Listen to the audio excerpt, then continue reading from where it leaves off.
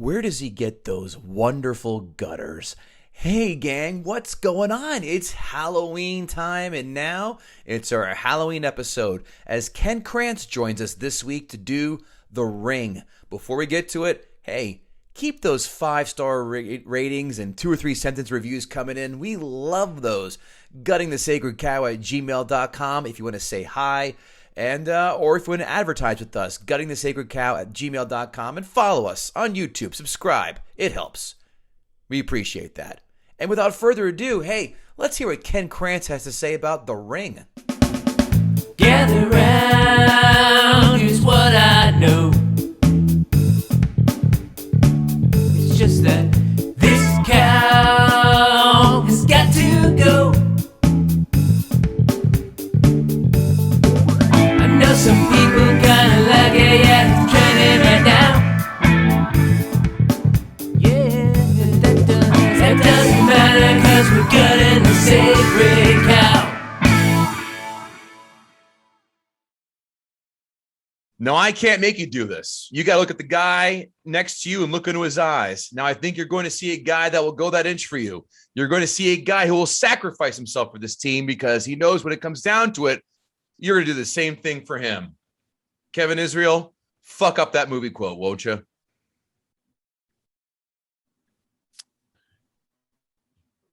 Friday Night Lights. You know, I appreciate that, but it's not it. Close, but not it. Ken Krantz, our guest today. Ken, any idea where that film is from? Remember the Titans. Negative. Both. It's definitely a football movie. Shit, it's the one that Goatee says is his favorite football movie. The one with Jamie Foxx. Was it Jamie Foxx? It is Jamie Foxx. Any Given Sunday. And Dennis Quaid. Any Given Sunday. God damn it. You know what? I said Friday Night Lights, and as I was thinking, I was like, that's not it. And Lawrence Taylor. You're goddamn right, Lawrence Taylor, the highlight of that film. Woo! Go Giants. He was fantastic in that. You know why? Because all he did was play was Lawrence Taylor. Yes. The only thing missing were 15-year-old hookers, and we would have had ourselves a trifecta. Remember when he swallowed fake crack from the undercover cop? Don't I remember like it was yesterday? Oh, huge Giant fan. I guess you are too. Kevin Goatee, Kevin Israel. We are back, and we have unintentionally our Halloween episode, kids. That's right. We are joined by Ken Krantz. Ken, how are you, pal? What's going on? I'm doing well. Thanks for having me, fellas. Ken, what are you up to? Where can we find you? What are you up to? Tell the good folks at home what you're cooking.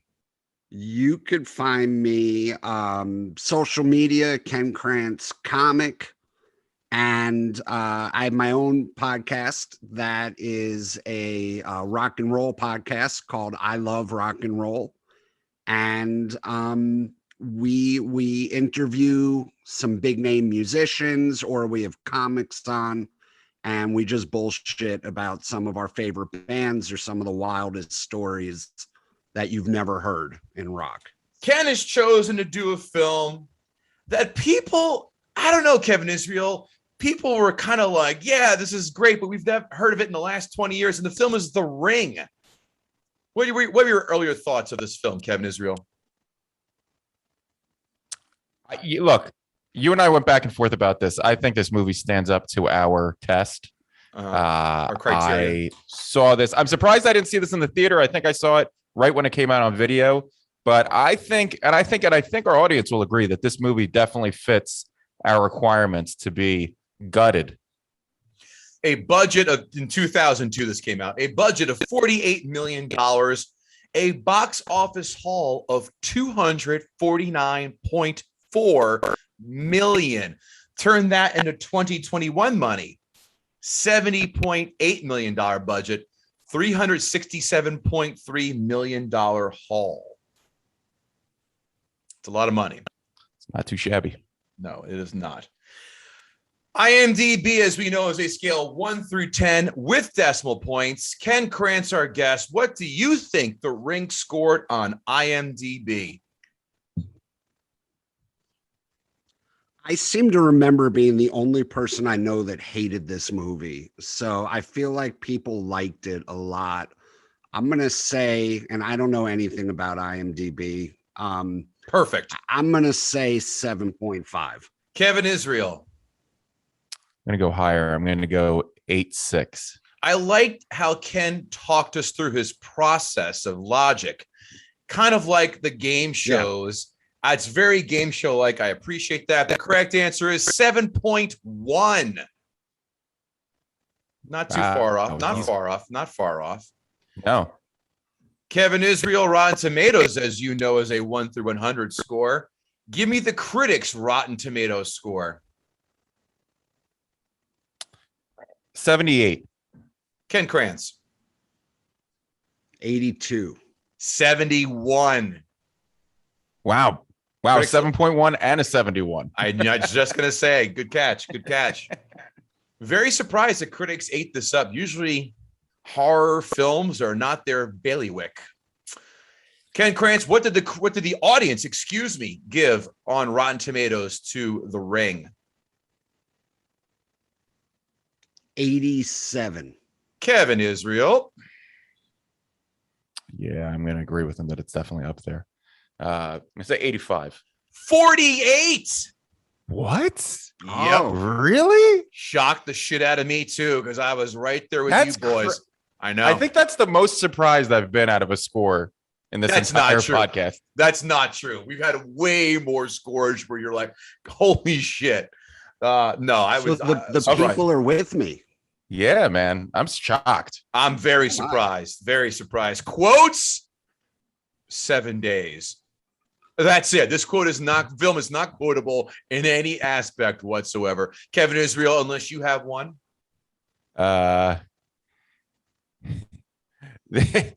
When she was talking to the doctor trying to get information, the doctor goes, "We knew something wasn't right about him," and then she goes like this. It's like that's very medical. That's definitely a diagnosis right there. They teach that in Bedside Manner 101 in the third year of residency.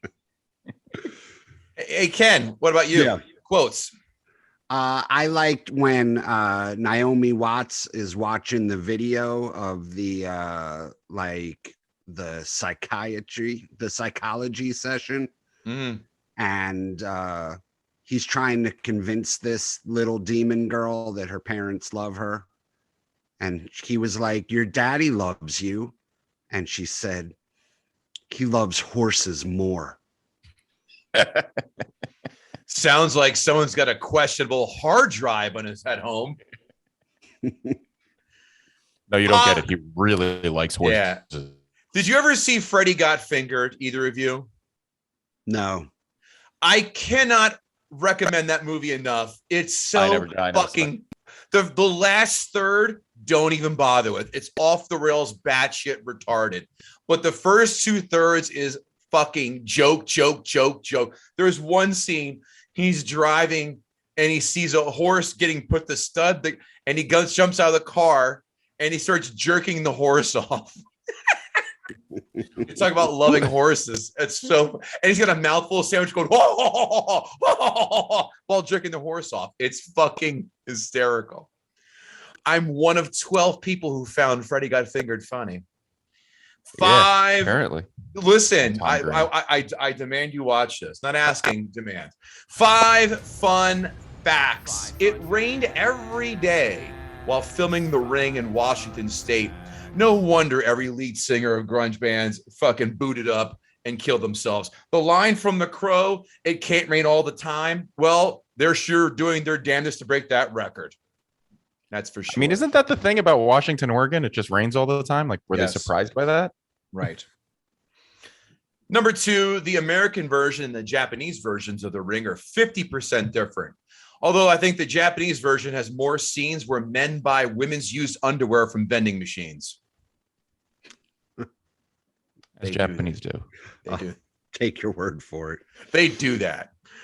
The role of Rachel was offered to, I'll let you boys try and take a few stabs at it. I will say 1, 2, 3 names. 2 of them are very A-list in that time. Another one right on the cusp, I'll say. What women were offered the role before Naomi Watts took it? Any guesses? Yeah, it's like that's a top shelf white lady role right there. Mm-hmm. So back then, I'm gonna say like Cameron Diaz or Charlize Theron. No and no. Kevin I Israel? feel like they were a little too big at the time. I'm going to go Nev Campbell. I like where your head is, but no. Jennifer Connelly. Oh, I could see that. Wouldn't that be great if she did an ass-to-ass dildo scene as she watched the tape? Is that a thing? Did you not see Requiem for a Dream? Requiem for a Dream. No, I've never seen it. Really? Oh, that's good. No. That's a good film. Gwyneth Paltrow, pre-Iron Man, and the vampire slayer or werewolf slayer herself, Kate Beckinsale. Oh, I thought you were going to say Sarah Michelle. Yeah, I thought you were going to say Sarah Michelle Gellar. I would have said Christy Swanson. She's the original Buffy. Number 4, Chris Cooper shot scenes as a pedophile that did not make the final cut. By the way, I'm going to reiterate, Chris Cooper looks like Sebulba from Phantom Menace episode 1. How would a pedophile have worked into this storyline? It deals with I didn't write that down. They explained it when I did the facts, but it just said the test audiences did not like the angle. It plays in the plot, but I'm encouraged by humanity that the test audience didn't like something about pedophilia. Well, they just don't like Chris Cooper, which I will stand in solidarity with them. That man's face is very, very disturbing. Number 5, The Ring is the highest grossing movie ever made. Want to take a guess on how many DVDs it sold the first day it went on sale? The Ring is the highest grossing horror movie ever made? Highest grossing horror movie ever made, and sold how many DVD copies on its first day of sale? Bourbon break. It's fucking yummy. 10 million. I don't know. I'm bad with that's way too many. Yeah. I'm going to say 500,000. 2 million. Wow. That's insanity. Isn't it? I mean, those are like, I'm obviously probably going to be way off, but shit, wouldn't Star Wars, a new Star Wars film the first day, sell 2 million units, I think? That's crazy. What do I know? And now it is time for everyone's favorite new segment, Ask a Gutter. Taco Shirt Krillin, one of our big fans, wants to know from you, Ken Krantz, why do you think grown men were afraid of a half-drowned girl with severe scoliosis? I think grown men are just scared of children in general until they have them. It's probably like a commitment thing. I don't know. I found myself laughing at the parts that I know I'm not supposed to laugh at. Wicked awesome. Oh my, The Ring was the last movie I watched that actually kept me up at night. Christ, I made 4 VHS copies of the same damn thing. After watching it, hello OCD, I would like to ask Ken Krantz, what movies released around the same time as this one were scarier? All right. Well, I didn't find this even a tiny bit scary, and I'm a huge horror movie fan. I would say around the same time, Blair Witch Project was way scarier. The House of the Devil, which came out right around the same time. I don't know how popular it is. Frailty was way better. Frailty was good. Yeah. And then, I don't know. I think it's around the same time. It was also a remake, but a remake done well. Let Me In. You are a horror fan. I know only one of those films, and that's Blair Witch. And I mean, the House of the, what was that, Ken? House of the Devil? House of the Devil. Yeah, I saw that referenced in an article that I was reading about The Ring, so now I'm gonna have to watch it because it's come up twice. Yeah, that was creepy. That movie was real creepy. J. Lee D's asked for Ken, if you adopted a kid and that kid had weird superpowers like making horses kill themselves, would you feel bad about throwing them down a well? No, I would drop kick that kid down the well. I would throw that kid down the well for way less than killing horses. Our buddy Ray Stacanis, who's done a couple films in this podcast, the most recent Highlander, this movie popularized a genre of do the thing and then you die movies. Which is your favorite? I guilty pleasure love Stay Alive because it's a movie that doesn't understand video games or horror movies? I don't even remember like the Do the Things Until You Die movies. I liked the Final Destination, which was just like stay alive until you die. Right. Just don't die. Yeah. It was just try your hardest not to die, but you're probably gonna die. For Ken Krantz, what is your opinion on us adapting adapting foreign horror films, and should we keep going at it? I think it's like any, some of them are great and some of them are dog shit, you know? I think the thing is, don't remake the popular ones that are good enough on their own. Like, trust us to be able to watch a foreign film. Remake the ones with really good premises, but just didn't have a good finished product. Yeah, that's a great point. I'm watching Squid Games like everybody else in the world right now, and I feel like if we remade that Western style, it wouldn't translate over. Like, I feel like a lot of times what the Asian filmmakers capture, we just can't do, and you saw that a little with this. Apparently, The Grudge was the same way. The original Grudge was much better than the American remake. So I agree with you, Ken. Would you think that Parasite would fall under that umbrella too? Yeah, I think so. I think Parasite really captured something in that culture that we don't talk about. And that was from Brandon Oglesby. Thank you again, Brandon, at Newark Night. We always love your questions. And that wraps it up for Ask the Gutter. Kevin Israel, let's let the old proverbial horse out of the horse trailer on the ferry barge and let him jump in the water and get chopped up by a propeller. So now let's let Ken Krantz guts the sacred cow. This should be gutting the sacred horse. They should have called this movie The Girl Who Hates Horses. This movie was so hyped as like, you're never going to believe how scary this movie is. And my first big problem with it right off the bat, rated PG-13. Great point. So they're like, this is the scariest movie you'll see all year, and you can see it if you're 12 or over. I mean, the plot is I found a couple plot holes. I'll put it that the plot is there's this tape and you watch it and it's got all this supposedly scary shit, and you watch it, and as soon as it's done, the phone rings and you pick it up and someone tells you you're going to die in 7 days, and then you die in 7 days.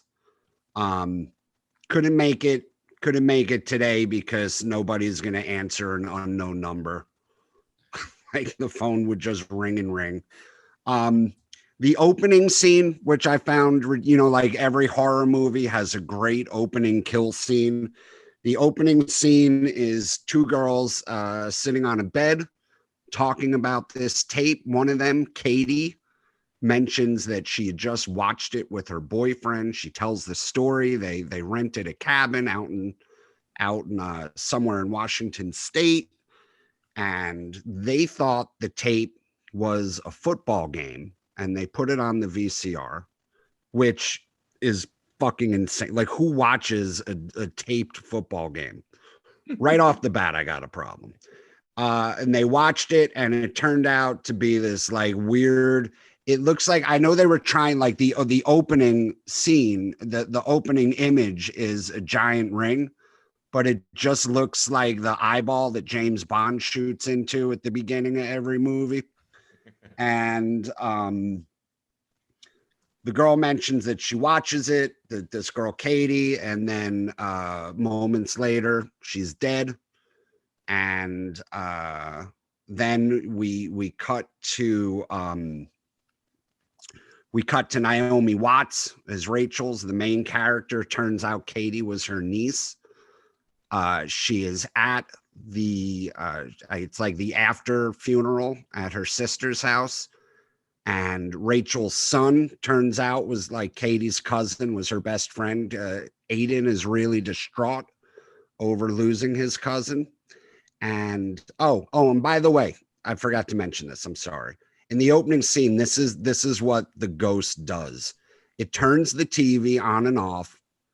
It leaves the water running, and it opens the refrigerator door.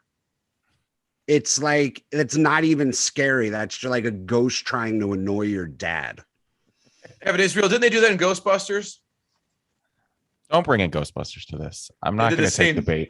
They did the same thing. Nobody stacks books like this. Sigourney Weaver's apartment had the same exact problems.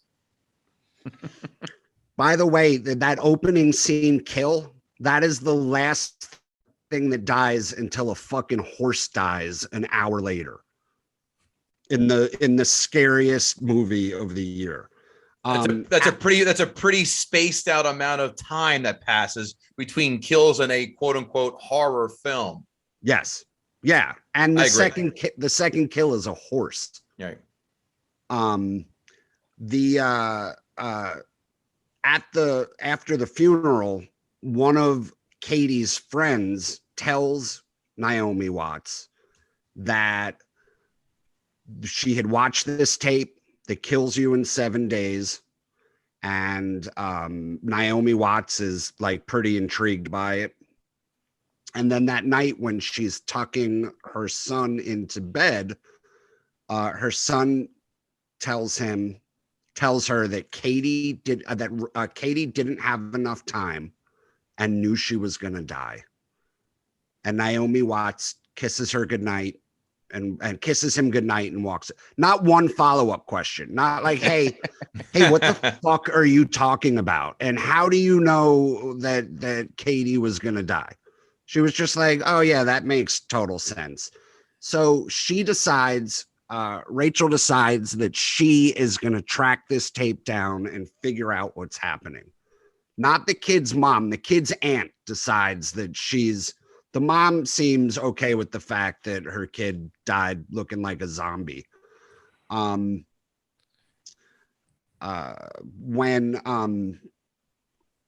Rachel gets her hands on the tape, she watches it, the phone rings, she's told she's going to die. Now she figures out she's got to get to the bottom of this. Even though somebody already told her what happens. She discovers a photo book of all the kids who watched the tape, and all their faces are blurry. They look like a cross between Rocky Dennis and if Michael J. Fox didn't fix the future. So the only thing missing is a Mickey Mouse shirt and like nipple high jean shorts on his brother Dave. Yeah. So she goes to the dad of her kid, her ex-boyfriend. She goes to his house and she was like, do me a favor, take a picture with this camera. And he takes a picture and her face is total like Back to the Future now. Right. So she decides, you know what? You better watch this. So she shows him the tape. This is a movie about maybe the worst lady in America. Like, she cannot stop showing this tape around town. And it's already out there that her niece and the other kids died at the exact same moment 7 days after watching the tape. At one point, her son watches the tape because she can't fucking destroy it for some reason. Like, this movie would have been over if she broke the tape in half. She left it in her apartment. The kid is like 8 years old. She could have put it on a refrigerator and half this movie didn't need to happen. She didn't even unplug the VCR. It's got every horror movie trope in it, like the mysterious bloody noses, all the crossed out faces and pictures, creepy kids. She goes to visit the one girl who survived, because she didn't watch the tape. It was the girl that saw Katie die.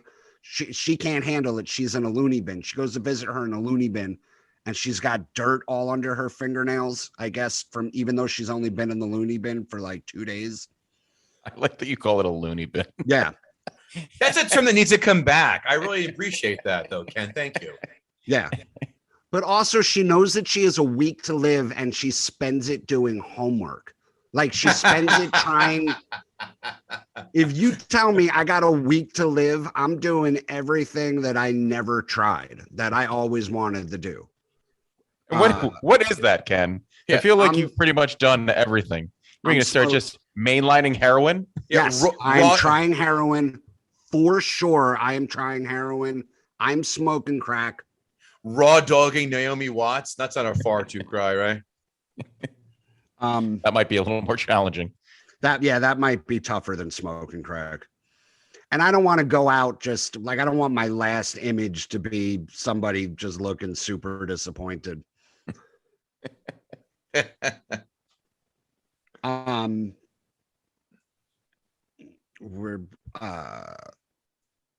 The boyfriend is just, he's like a bootleg Josh Hartnett.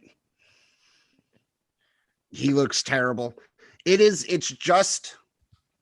She's just the worst person on the planet. She cannot stop showing this tape around. And then you find out the backstory about this little girl.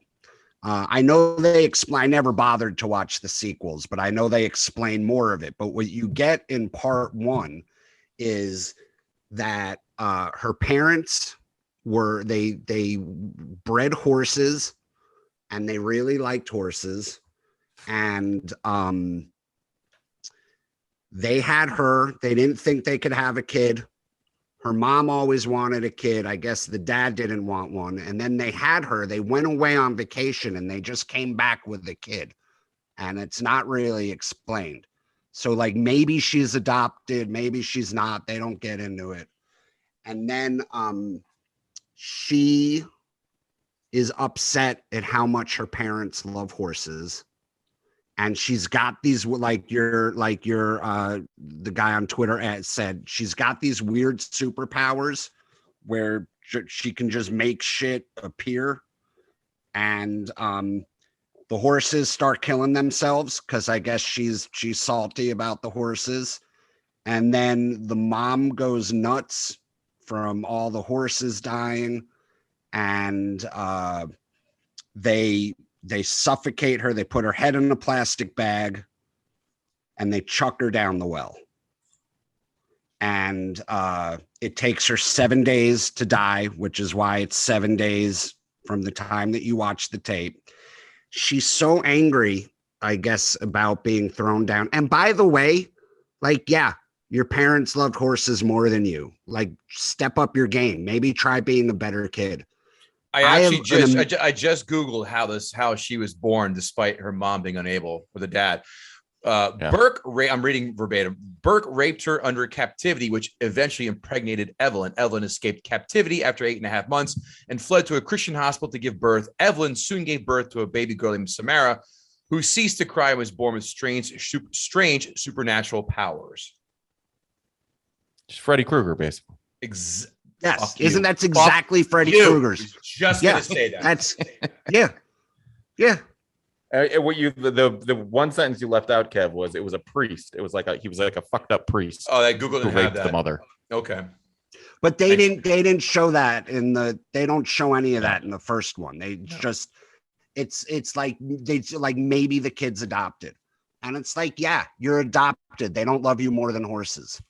My kid's biological, and she's the sweetest girl in America, and I love my home theater more than her. Like, that's just the way parents are. They're gonna love shit more than you. There's no need to kill all their horses. Like, maybe try talking to them. Maybe be like, hey, can we go to a museum today instead of all the horse shit? So they take part. Maybe get into horses yourself. Yeah. Oh, my parents have a big horse farm, and I could ride all the horses I want. I could live out every little girl on the planet's dream. White privilege. They throw her down the well. She's salty about being thrown down the well.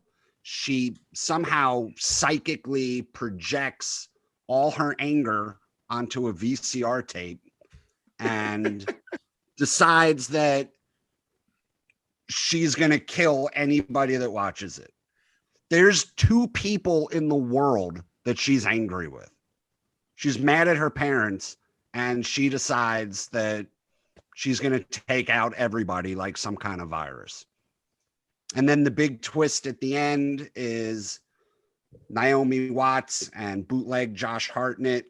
They get to the cabin in time. I don't even know how they figured it out, but they were like, well, maybe if we pull her body up, like maybe if we get her remains and take them out of the well, everything will go back to normal. And Naomi Watts falls down a well. Looks like she falls about 200 feet, ping-ponging off the sides. For sure she should have died, but she's just got like a cut forehead. And they pull the remains out and they think everything's fine. And then right on time, bootleg Josh Hartnett dies. And the little kid tells her, oh, you weren't supposed to help her. She never sleeps. And then she finds out that the only reason she's still alive is because she made a copy of the tape. And then she has her son copy the tape because she knows the son's going to die unless you make a copy of the tape. So the well girl wants everybody to make a copy of the tape and for it to spread throughout the world like a virus. So if Naomi Watts just bit the bullet and let her and her son die, whole world saved. But This tape's been copied more than the Pam Anderson or Faces of Death copies tapes I've ever seen. So that's it. This is a movie about a girl who hates horses and Naomi Watts being maybe the most horrible person on the planet, decides to take out all of America slowly and terribly because her fucking shitty kids got to live. Maybe she's funded by Al Qaeda and she's a sleeper cell, and this is her way of starting her own terrorism from within. The slowest terrorist attack ever. Yeah. Every week, one person may die. Not like a That's plane by to a World Trade. 1,000 videotapes. It also the score sucks. There's nothing even remotely creepy about the score. And like the final death count is like 3 or 4 people and a horse. You made a great point about the score. The score is insanely important. I'd say horror films, probably the number 1 most important Absolutely. score to any kind of genre film, without question. Those set the tone better than throwing at me. I can't think of one, and I'm not even a horror film kind of fella. So great point, Ken. I agree. Hereditary.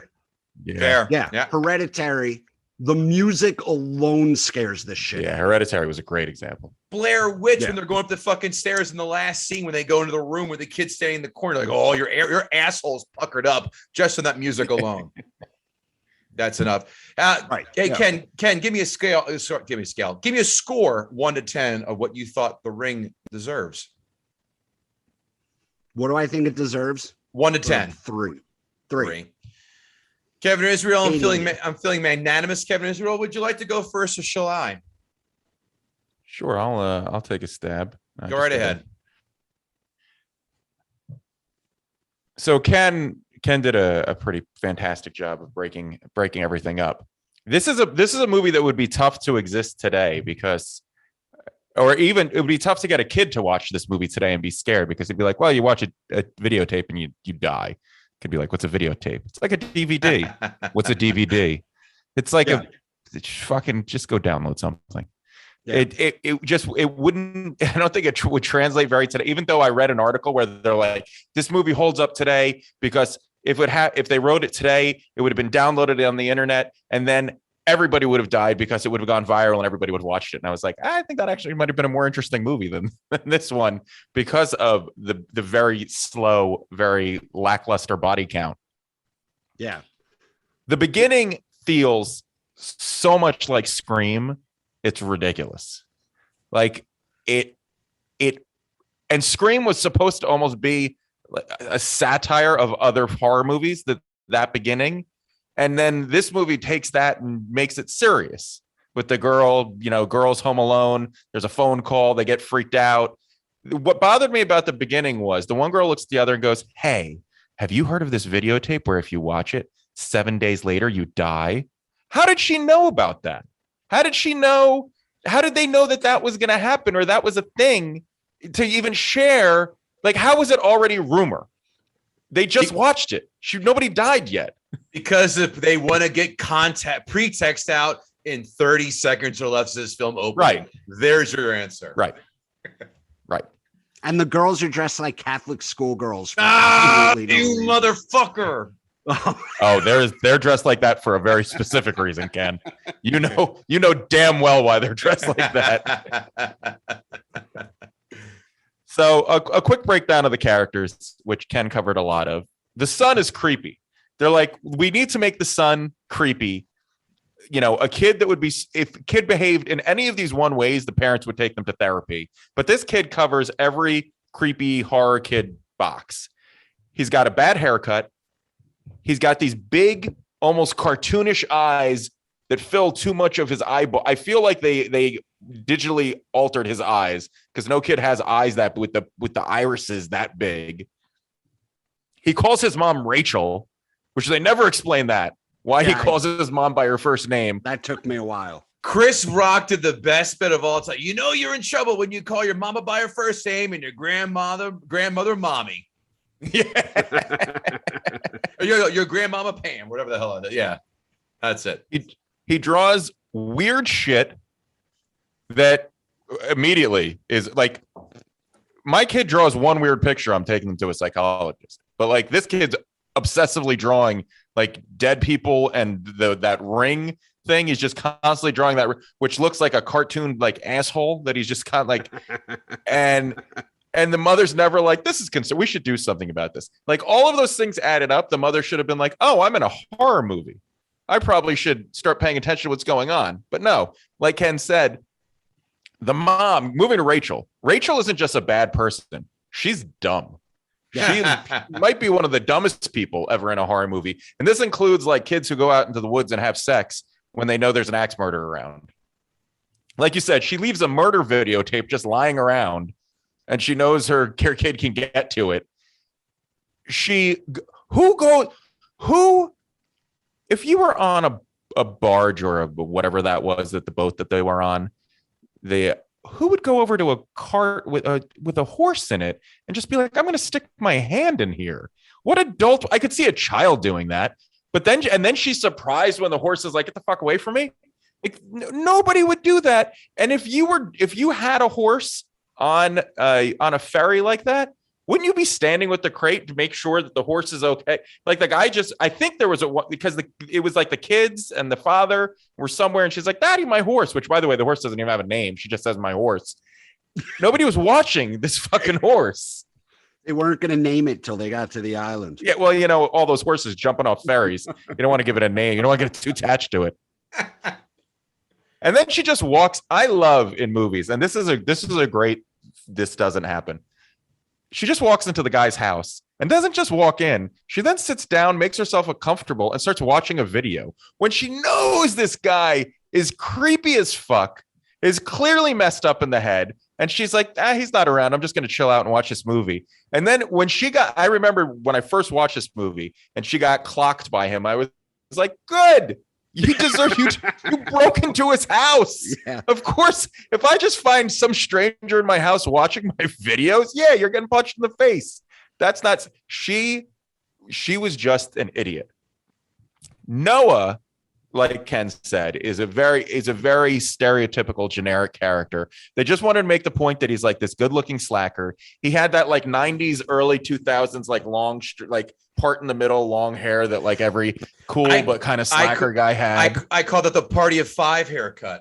Yes, exactly. Exactly. I think Brad Pitt made that hair famous, and then everybody else was like, we need to look like that. And nobody looked like Brad Pitt, so it never worked again after Brad Pitt. He wears flip-flops with like over baggy pants because he's a slacker. and he's banging his student assistant, whoever she is, because he's an asshole slacker. And then the big reveal, like, oh, I didn't see that coming. He's the dad. Like that was one of the the big reveals, and she said something about your son, and you're supposed to be like, oh, like who gives a fuck? Like why did my word? Yeah. Oh, a broken family. That's terrifying. Forget the murder videotape going around. Let's talk about the family issues these people have. Right. So the actual scares in this movie, whether they worked or they didn't, were obviously the first time you watch the video, the first time you see the video, all those images are creepy and you don't know what any of them mean. The horse scene, I care much more about animals than I do people. I could watch people get murdered all day in a movie and not care. But that horse jumping off and then when it caught its leg and then slammed against the boat, I was like, man, he couldn't even make a clean jump.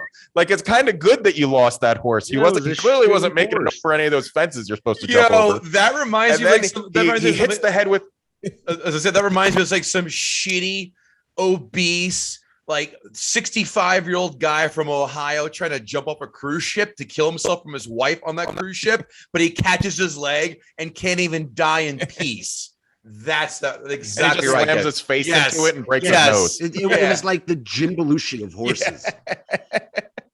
He breaks the leg on the way down, but he can't tread water long enough. Then he gets sucked into the propellers, and then he dies. It's an inglorious ending to a shitty life. Sorry to interrupt. Go ahead. No worries. Watching the horse actually drown or go under, that was tough. I mean, that was pretty fucked up and hard to watch. But then as soon as they ran, and I didn't remember so much of this movie I only saw it once on video back in, I don't know, 20 years ago. And then I never watched it again. So when they ran to the back of the boat, I was like, does the blood come out? Is there going to be blood? There's the blood. So that scene, I think, really effectively got to the point. Here's my question, though. Why did the horse react that way to her? I understand that she was cursed, but she didn't have the power to make the horses kill themselves. The little girl wasn't there who supposedly that was what she did. There was no reason for the horse to react like that within the parameters of what we understood this curse or whatever it is to be. So other than just... what's that? I'm sorry, I actually know why. Why? The horse could not fucking stand being in this movie another minute longer.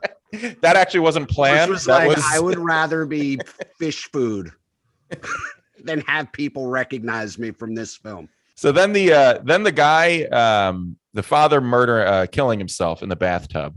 Why did he need all of those electronics in the bathroom? So elaborate. Why did he? All you needed was a hairdryer and a plug. Like literally, that's all you need. Everybody, or a toaster. I think toaster's like the trope. Like you didn't need the entire power grid throughout the town to go out just because you wanted to end your misery.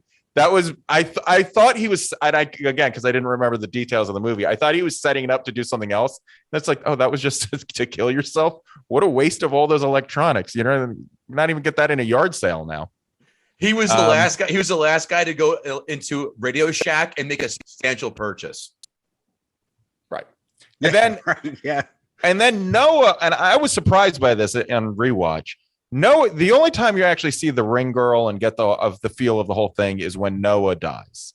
And that's kind of a letdown because in my memory, I thought you saw her more and there was more of her, but you don't even get to see his, like, you watch these horror movies that are building up to something and you want the payoff of the kill. There are so few in this. You want to see what does she do to him to make him look like that. And even if it is just pure fear or terror, it would have been nice, like an Indiana Jones, like to watch his face, I don't know, decay or whatever happens to him. But instead, she just screams, so you know it's horrible. And then you see it in a split-second flashback, and that's it. And it's such a shitty payoff. This whole movie sets up tension that doesn't go anywhere. This movie never pays off. It's like a hand job that never ends. Like you just keep going. This is it, and then it's not. And then when you finally does, it just kind of drips out, and you're like, oh, all right, that was it. It's because it's PG-13. No, you're right, and you're right. But you know what? It didn't even need to be gory though. Like I don't think it needed to be. It needed something. It's directed by a guy named Gore, and there's no fucking gore in it. But like Gore Verbinski, you know what he did after this film? Pirates of the Caribbean. Yeah, way Makes sense. scarier. Yeah. But, Johnny Depp still gives me the chills. and then just a couple of, like Ken was saying, just a couple of the tropes that it goes through. I feel like since the advent of cell phones, horror movie writers have just been creating dead zones throughout the country where cell phones don't work. Because if you have a cell phone in a movie, it's an easy out. So they just have to constantly be like, I don't have any signal. Nobody in a cell, and everybody in horror movies has T-Mobile. I think that's the only answer. Or Boost. Yeah, right. The Walmart company. Yeah, Cricket. My one big confusion with this, and this I actually looked this up, and it doesn't jibe. When you see the mother and she's brushing her hair, and then she's out in at the well with the girl, and she's dressed in that like old school looking dress or gown or whatever she's wearing, it looks like this took place in the 1800s. Like the whole thing looks like all of that happened in the 1800s, and it was much longer ago. This was in the 1960s. None of what happens to the girl with that family looks like it happened within the last century. And I thought I was sure that this was going to be like, oh my God, she died 150 years ago and has been haunting us forever. No, it was just right in the 60s. And the mother was dressed like that. Like the people should have known there was something weird going on with that family because they were cosplaying fucking 1800s back when they should have been dressed up like hippies. Yeah. The mom dressed like a sister wife. That's a good point. Yes. Oh yeah, and when she goes and sees the doctor, and the doctor's got the son who has some kind of issue. What was the point of that? Like he was just there. He has one line that seems to suggest he has some understanding of something, and then just never again. And to go back to something that also doesn't connect, the son. Her son, Rachel's son, clearly has some kind of power, has some kind of ability. He's communicating with Samara in advance of the cousin dying. He knows something. He has some kind of connection to this. They never explain it. They never explain why. They never explain how. They don't even touch on it. I thought it was gonna be something about him having the same thing that the girl had, and now she was going to continue on. No, he just was a creepy kid who had powers, and don't worry about it. Rachel is a journalist and doesn't ask one goddamn follow-up question the entire movie. She's no Mickey Spillane. So look, this is lame. This movie, I never saw the Japanese version. I hear it's much, much better. And the book that it was based on, I heard was very good too. I feel like this movie just got eaten up by the Western way of making movies, and there was just too many holes. There was a lot of stuff that I wanted to be scared by it, and it just wasn't. I think the first time I watched this, I was scared. But I think a lot of it was the buildup. Like, this is so scary, so I just expected to be horrified. But a lot of it is just a lot of tension for nothing, and then the final payoff is just kind of all right. I guess I get it. If there weren't VHSs or anything like that, what would have been a book? Would she have possessed a book that would have killed people if there weren't book? Like, what were her other options? Did she have a game plan if we hadn't advanced in technology? The whole thing, I don't know. It didn't add up for me, and it didn't do it for me as a horror movie. I don't think it was as bad as Ken gave it credit for, but it's definitely not a movie I ever watched again, or I ever would have watched again, but for him choosing it. So for me, it's a 4. We got a 3, we got a 4, and these notes brought to you by guttingthesacredcow.com, where every week we bring to you, every day, we bring fantastic articles like That Doesn't Happen, or What We've Seen, or movies we want to see, or trailer talk. Guttingthesacredcow.com every single day to find where you can listen or see this amazing podcast. Notes. Did the director of photography on Alec Baldwin's latest film watch The Ring last week? I knew they'd get a laugh out of Ken. I was expecting a Jesus out of Kevin Israel, like I normally get. I was going to come out of the shoot fast and furious with that joke. Thank you. Both girls are wearing Catholic schoolgirl uniforms, and I became confused when after 5 minutes they weren't kissing. Aiden looks like he would grow up to be an improv comic, verified Yelper, or male feminist. Yelper. How the fuck does a 9-year-old know how to tie a tie the day he dressed for that funeral? That was a good one. I actually had that written down. Did you really? Yeah. I still can't tie a tie as well as that kid. No, I have all my ties are pre-tied because I'm lazy. The video reminds me of every shitty college film I had to sit through and watch of other students in film class. That's how awful that Ring film was. This had to be the last movie that ever utilized VHS tapes and landlines. I haven't seen someone analyze film this much since the Zapruder film. She was going back into the left, and with that fly, I go, remember having to go to the library to do research, boys? Remember those days? Yeah, that was as much fun as trying to score VHS tapes of porn from your friends, or having to call girls' landlines and having their asshole dads fuck with you for 15 minutes before they put their daughters on the phone. All three sucked. Naomi Watts pulled the same length of hair from her throat as some Asian men have growing from their facial moles. There it is. There's your Jesus. It's funny because it's factual. Aiden can't sleep, and then he happens to stumble upon that tape. No flipping through late night channels and staring at Girls Gone Wild infomercials and hoping for some side boob, or Sally Struthers trying to feed the kids hungry infomercials, or clicking back and forth at Kevin Goatee did on the Spice Channel number 95 on TKR cable 95, clicking back and forth every 4 seconds to see an unscrambled boob for about 2 or 3 seconds. But he finds a tape instead. Got it. So Naomi Watts carries around so much evil that a horse jumps ship and gets chopped up by propellers. Someone makes sure that Hillary Clinton and Dick Cheney stay away from the Kentucky Derby. Brian Cox has a more elaborate electrical setup in his bathroom than a public access station does. When he's watching... Sorry. When Noah is watching the TV part where the girl comes out, he's clumsier than a blindfolded kid with CP trying to escape from her. Why didn't he just answer the phone? I'm not buying any of this. I am not a big horror film fan.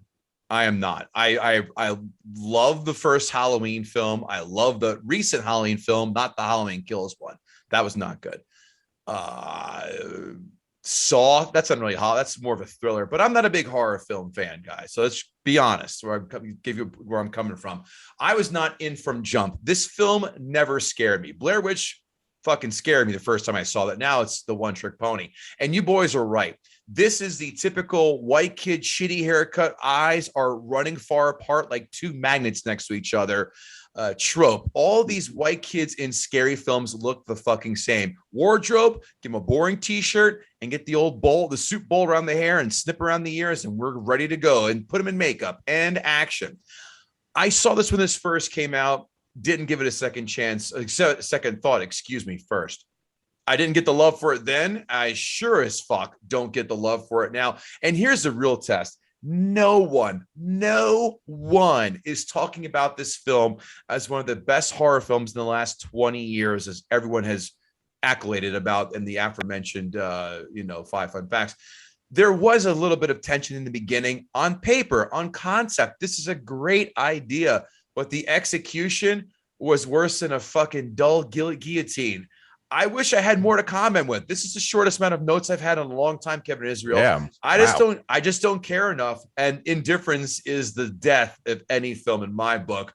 3.5 out of 10. Fuck this film. It was never a thing for me. Never wanted to see the sequel. Don't care. Move along. Nothing to see here. Please disperse.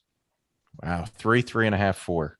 We're all on top of each other. I would like to make one more point that I think, Kev, you mentioned that stuck out to me. When she pulled the fly out of the TV, like everything up until that point was just like in her head. Like it's in, like this looks like a scary videotape. I feel concerned. She pulled a fly that was supposed to be on TV and it was real. Like at that point is when you go, I should go talk to somebody else. Like I need to get somebody else involved in this, whether it's a priest or the authorities. Something real is happening here. And she was just like, oh, that's weird. And then she just moves on with her research. Yeah. Like, you just did magic. Yes. Then she was like, I better show the mailman the tape and see what he thinks. That's like the scene in The Matrix where Neo puts his hand in the wall and the silver thing just sucks it in. Like, ooh, I was interested then. I'm not now. Right. And remember how he responded to that? He started screaming like a motherfucker. Right. Yes, you know why you need the R rating on a movie like this? Because when you pull a fly out of the TV, I want to hear her go, what the fucking fuck? What the fuck was that? By the way, that was the last one I did not read. This film culminated with me yelling, "Oh, fuck you." That was me yelling. That was my last note. Was there a post-credit scene in this movie? I don't care. Because I specifically remember the movie ending with the videotape being put in like a DVD, like a VC, like a Blockbuster or something. Like she goes and she leaves it and leaves. Yeah. I was sure there was a post-credit scene, and that maybe I made that up. She put it in a Be Kind Rewind fucking jacket. Yeah. She was like, oh, I better get this converted to DVD in case this technology becomes outdated at some point. And then I would hate not to kill the rest of the town. Critics 5-star reviews. Gore Verbinski creates an air of dread that begins with the first scene and never lets up, subtly incorporating elements from the current wave of Japanese horror films along the way. Yes. An edgy, watchable film, but one that makes you feel more squeamish than screamish. Ooh. English lit degree at work. English lit degree at work. Yeah. Watchable is always a huge compliment. Yeah. A chilling idea, finally executed in a rare remake success. See it if you dare, but we recommend you go alone. Ooh. Yeah, because you don't want to be spotted. Yeah. All of the hairs of my taint just shot right up. The Ring is easily the most terrifying film to come out of Hollywood in years. Oh, really? Have you not seen Batman and Robin, fair listeners? Critics 1-star reviews. This remake of a hugely Japanese horror film is very well acted by Naomi Watts. It's just not that scary. Can I say something really quick about Naomi Watts? Please. There were points. First of all, she's stunning. Very. Second of all, she was almost too gorgeous for this movie, because there were a couple scenes where they shot on her and she wasn't even it was just like a close-up of her face and she wasn't even doing anything. I was like, is this just because the cameraman thought she's beautiful and they're just showing her? Like there were times where like bad shit was going on. It's like she's beautiful. Like she always looked fantastic. She has makeup on through the whole movie. Yes. She's got 7 days to live and she's like, I better spend 2 hours in the bathroom getting my face on before I get to the bottom of this murder tape. Exactly. Thirdly, she lives in Seattle, where the fucking hottest woman to come out of there in a while was Courtney Love, who is a Vegas 4 at best. So this film, not true. Watching The Ring won't kill you, but it could bore you half to death. Yeah, I'm on board with that. The movie's nifty beginning, all anxiety and dread, suggests that the audience is in for a fearful ride, but the one-dimensional story quickly runs out of fuel. I fully co-sign that. The movie is a dog start to finish, but with enough genre inconsistencies and plot holes to make it a textbook sample of borrowing from too many divergent horror films to get anything right. Agreed. He's very true, very cookie cutter. Amazon 5-star reviews. Seen this many times and it's still good, LOL. Creeps me out big time. I can honestly say, though, it's taken me a while to figure out what exactly was going on with Samara. SMH, I'm a bit slow sometimes. LMAO. On another note, Oh my I'm rethinking my Halloween costume this year. I think Samara has jumped to my top 3 choices. I can imagine my coworkers' faces. Maybe I'll even make arrangements for someone to call the office and say the line, smiley face, tongue hanging out. Coworkers. This person definitely works at PetSmart. This person definitely doesn't. This person definitely squeaked by with a GED at best. Community college, slow down, sailor. Hey, easy there, LMAO. This movie is top notch. No idea how they're going to match it in the remake. Although, wasn't this a remake already? Yeah. One reviewer said the story was all over the place. All over the place. Really? Probably the most cogent plot of any horror movie, parentheses, unless your IQ is less than your shoe size. Zing. The Ring. Take a clever horror movie trope, add one of the best crime thrillers ever made, add some genuine horror scenes, add a no escape ending. Excellent. Also, we have the most successful horror device in the edition, The Creepy Kid. Signed, one of Kevin Hart's writers. A movie I could watch over and over again. Samara is a cheeky little devil. The movie captures you from the freaky opening sequence, and you wonder how they're going to be able to stop it. Hate the scene with the horse on the boat, but I'm one of those people who cheer on human deaths in movies, but get upset about animal stuff. LOL. Signed, Kevin Israel. I mean, I don't like it when people are mean to animals. I'll say that. I don't either. I don't either, but I was happy for the horse to die, and I was like, thank God. Out of his misery. Yeah. My the director should have to change his name to Bor Verbinski. Here it is. shoehorning that joke in again twice in one setting, Ken. Good for you. Did I do that already? You did. Fuck. I gotta lay off the drugs. My 13-year-old daughter really likes scary movies, but she will never be able to watch this one again. I loved it. First time I've been scared watching a movie since 10 or so. I am 49, live up in the mountains. I'm a UPS driver and I can handle my stuff, but it was scary. Looks like Hacksaw Jim Duggan is more afraid of a girl dropping down the well than dropping packages off in the hood and catching a stray bullet in his ass cheek. Amazon 1-star reviews. Gore Verbinski. It takes more than heavy breathing, screeches, yowls, rain, and wells to make a movie. I cannot think of one redeeming excuse to call this noisemaker entertaining. If I could ring in a -0, I would. Ring in. Done. It was also a little weird how everything was tinted green. I don't know what the idea was there, but it had a very green tint to the entire movie. I was hoping that you would say yellow and we'd say jaundice, but hey, wait. Seattle, the Emerald City. Oh, well played. Look at you, Mr. Geography. Listen, I've seen my fair share. I'm a huge grunge fan. Wait, do you like Snore Verbinski better? I like he's workshopping his jokes right now. I like that. I know I am 100% sure that since he said Bor Verbinski, he's been thinking of another word that rhymes with bore. Yeah, it works. Is galore? Nope. Nope. Is galore gonna make its way into this foray? More like Gore Verstinsky. Oh, Jesus Christ. And this is how comedy is made. Yeah, kids, this is how you're seeing the fudge being packed. And here we go. Liked, filters. Disliked, the plot. A VHS tape cursing you, I thought was funny. Characters were okay up until the end. I hate the mother and son now. Parentheses, I usually hate characters in horror movies. Wow. He said some words.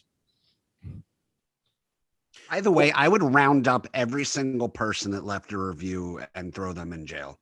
These people should not be out roaming the streets with us. Oh, every week. Forget a vaccine passport. These are the true people that need to be rounded up. Yes. Next one. Ordered by another user on my account. 1 star. Ken, I'm going to give, if you ever said, you know what, if you ever have to go sit through soccer, God forbid, the worst sport in the world, and your kid plays it, this is the best way to pass a good hour is going through Amazon 1-star reviews.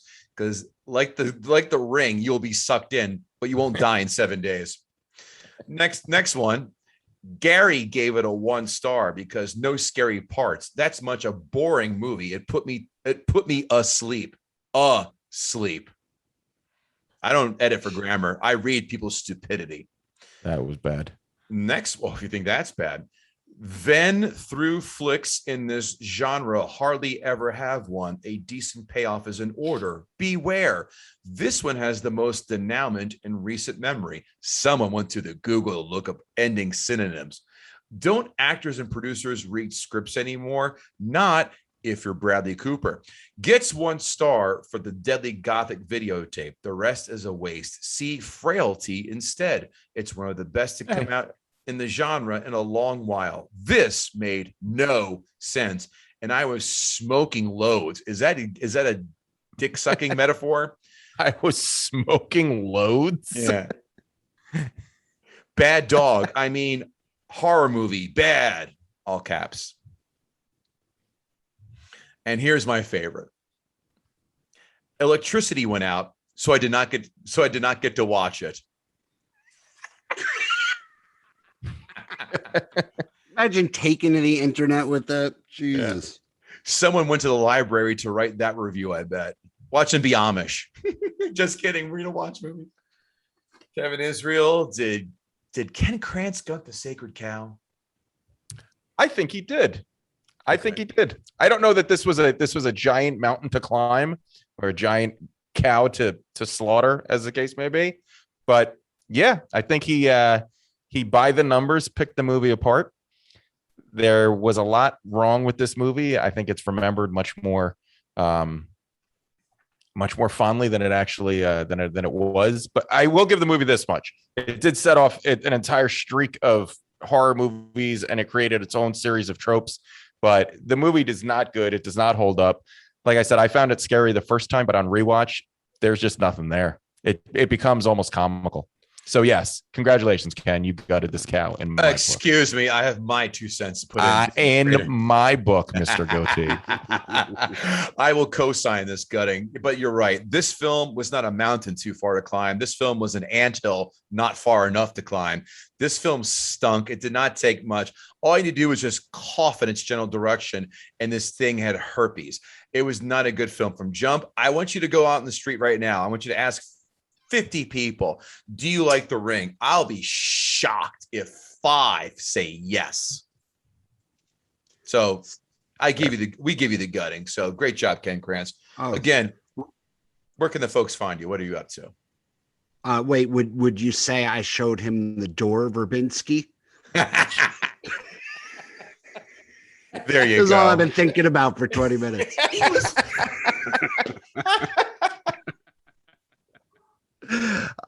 Ken Krantz comic on social media. I Love Rock and Roll podcast. I don't know if you guys are big music fans. We've had some amazing guests. We just had David Bryan from Bon Jovi, Stephen Perkins from Jane's Addiction, Richard Marx and Daisy Fuentes. We just had G Love.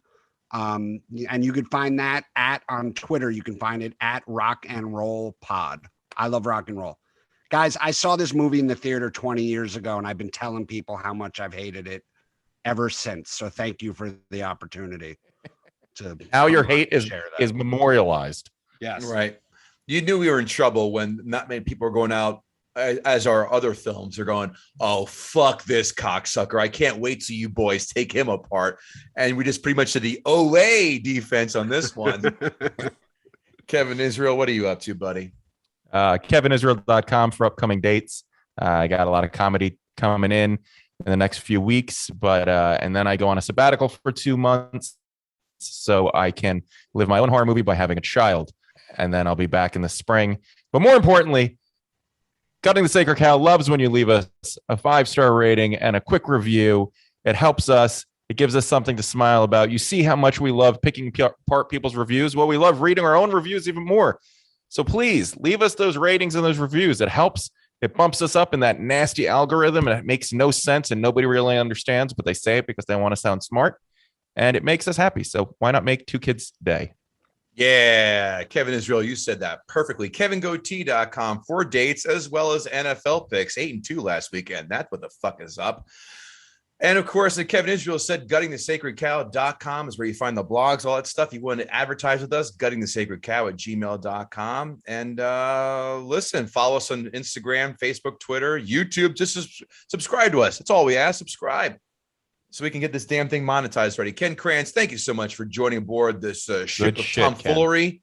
Yeah, thank you for having me. Yeah, man. And we'll see you all later. Take care. Aloha.